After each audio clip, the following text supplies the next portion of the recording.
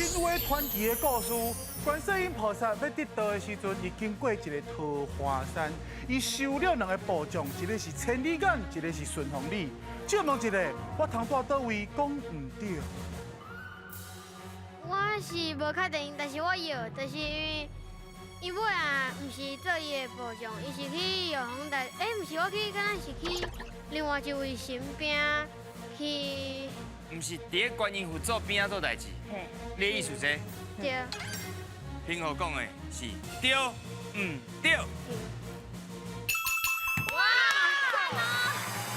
那厉害啊！厉害！咱听讲买八道系安怎讲？